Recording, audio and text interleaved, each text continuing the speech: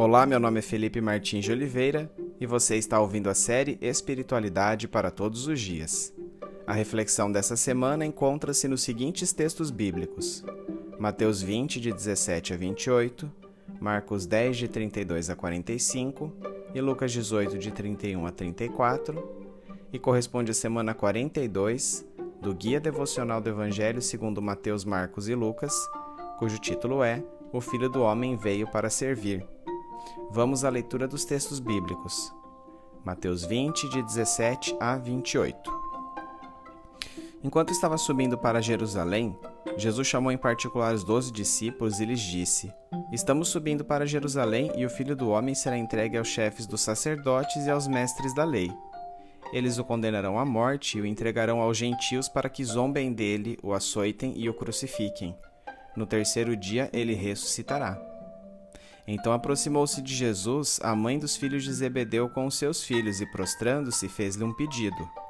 O que você quer? Perguntou ele. Ela respondeu: Declara que no teu reino estes meus 2 filhos se assentarão, um à tua direita e o outro à tua esquerda. Disse-lhe Jesus: Vocês não sabem o que estão pedindo. Podem vocês beber o cálice que eu vou beber? Podemos, responderam eles. Jesus lhes disse: Certamente vocês beberão do meu cálice, mas o assentar-se à minha direita ou à minha esquerda não cabe a mim conceder.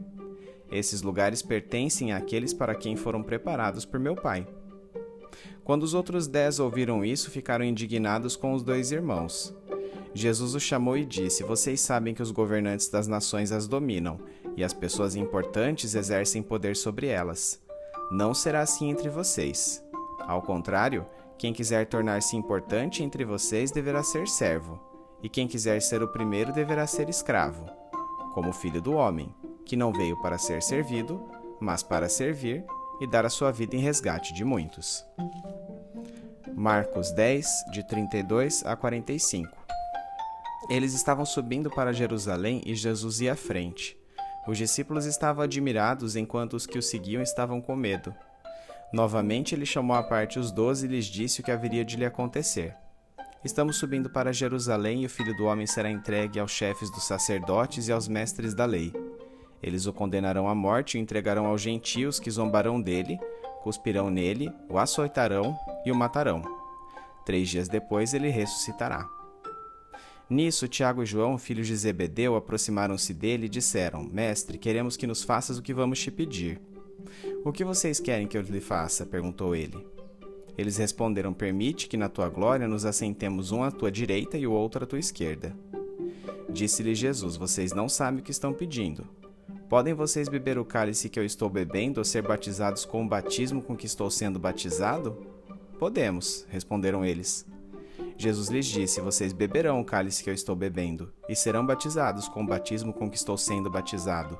Mas o assentar-se à minha direita ou à minha esquerda não cabe a mim conceder.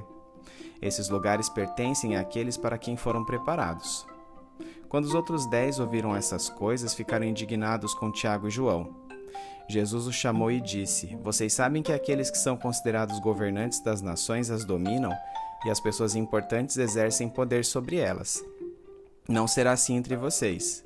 Ao contrário, quem quiser tornar-se importante entre vocês deverá ser servo, e quem quiser ser o primeiro deverá ser escravo de todos.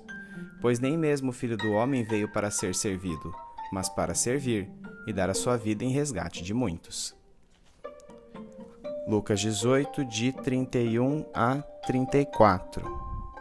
Jesus chamou à parte os 12 e lhes disse: Estamos subindo para Jerusalém, e tudo que está escrito pelos profetas acerca do Filho do Homem se cumprirá. Ele será entregue aos gentios, que zombarão dele, o insultarão, cuspirão nele, o açoitarão e o matarão. No terceiro dia, ele ressuscitará. Os discípulos não entenderam nada dessas coisas. O significado dessas palavras lhes estava oculto, e eles não sabiam do que ele estava falando.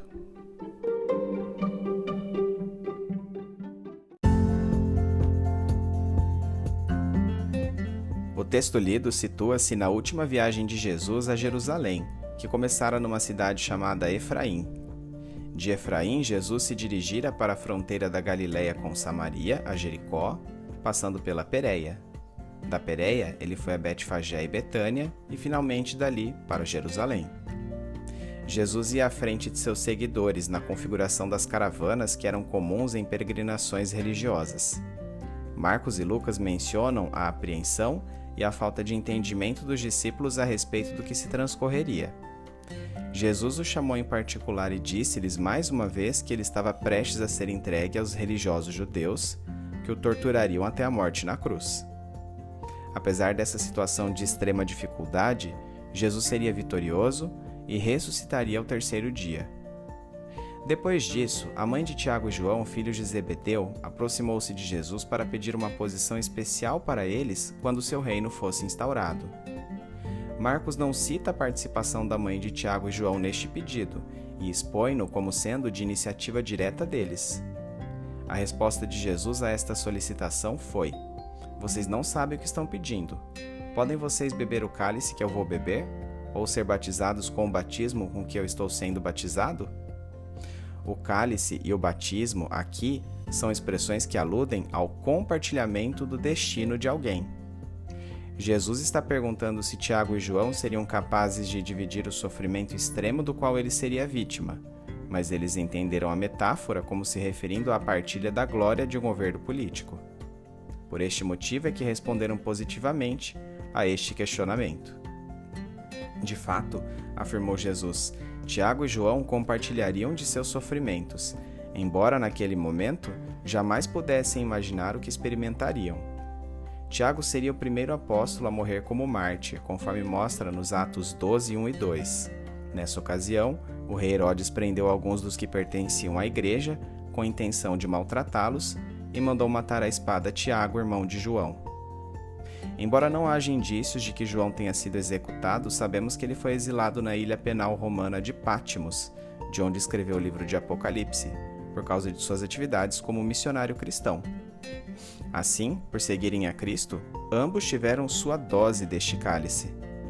Apesar dos sofrimentos que experimentariam, contudo, conceder posições de honra no reino messiânico que decorreria da parousia de Cristo era algo que dizia respeito exclusivamente a Deus Pai. Quando os outros 10 discípulos ouviram o que Tiago e João tinham pedido, indignaram-se contra eles. Jesus advertiu a todos que aqueles que desejassem proeminência no reino de Deus seriam os que mais precisariam servir. Nisto deveriam seguir o exemplo do próprio Jesus, o Filho do Homem, que poderia ter vindo ao mundo para ser tratado distintamente, mas optou por servir a humanidade em sua vida e em sua morte.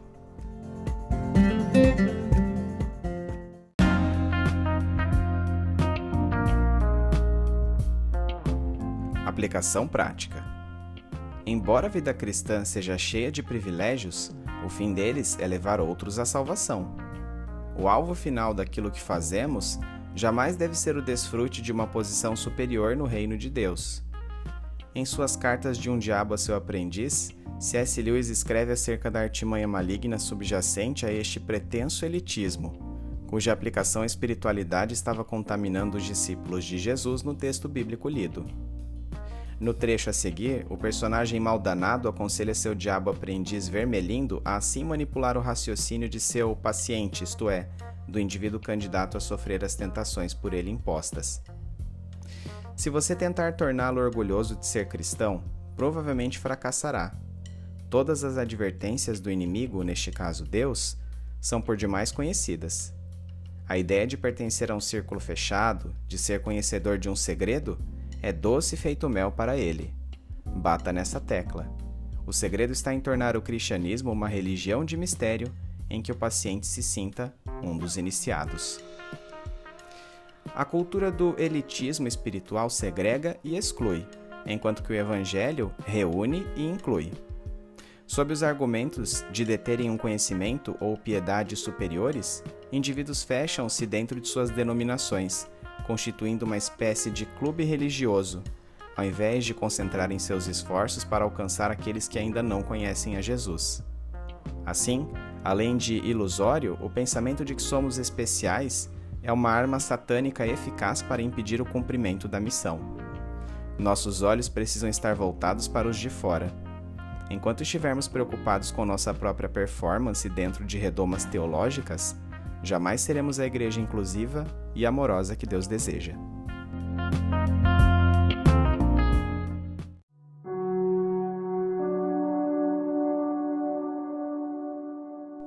trazendo da mente para o coração. Pai querido, que dura realidade é imaginar Jesus Cristo sendo direcionado àquela que sabia ser sua última viagem a Jerusalém. A viagem de sua morte, de seu sofrimento e de seu abandono, algo que ele jamais experimentara.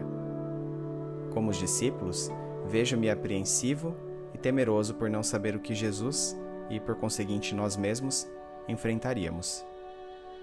Por vezes em minha vida diária questiono-me acerca dos caminhos de sofrimento a que sou submetido.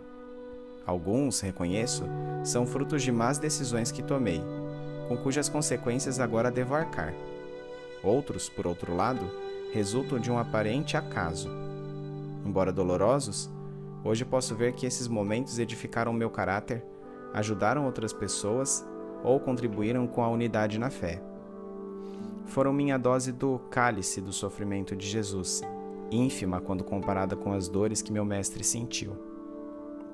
Senhor, não entendo seus desígnios, mas sei que se não fosse por meus irmãos mártires, o Evangelho jamais teria alcançado a proporção mundial de que goza atualmente. Ainda hoje, há irmãos e irmãs que precisam entregar suas vidas para não negarem a fé em Jesus.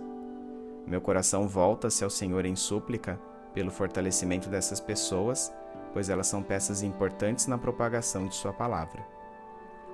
Que eu entenda que seu reino jamais será verdadeiramente edificado quando buscamos recompensas, mas apenas quando passarmos a servir a nosso próximo em humildade, como fez Jesus.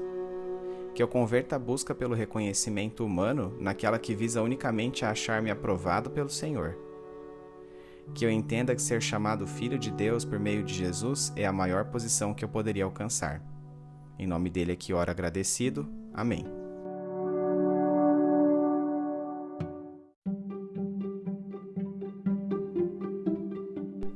Medite mais sobre este texto ao longo da semana. Domingo, leia os textos de Mateus 20, 17 a 28, Marcos 10, 32 a 45 e Lucas 18, de 31 a 34, bem como os comentários sobre eles. Segunda-feira, o que significa na cultura judaica beber do cálice de uma pessoa? Terça-feira, em que Tiago e João achavam consistir este compartilhar do cálice de Jesus? E qual seria o verdadeiro sentido desta partilha? Quarta-feira, como se transcorreriam os martírios de Tiago em morte e de João em vida? Quinta-feira, em que áreas de sua vida você tem buscado reconhecimento, status e poder? Ore pedindo ao Espírito Santo que o faça humilde como Jesus, trabalhando de modo a pensar unicamente em agradar a Deus e a mais ninguém. Sexta-feira, como a tentação ao elitismo espiritual é uma armadilha diabólica capaz de minar o acesso universal à fé preconizado por Jesus? Sábado, quais as implicações práticas dos textos de Mateus 20, 17 a 28, Marcos 10, 32 a 45 e Lucas 18, 31 a 34 para a sua vida?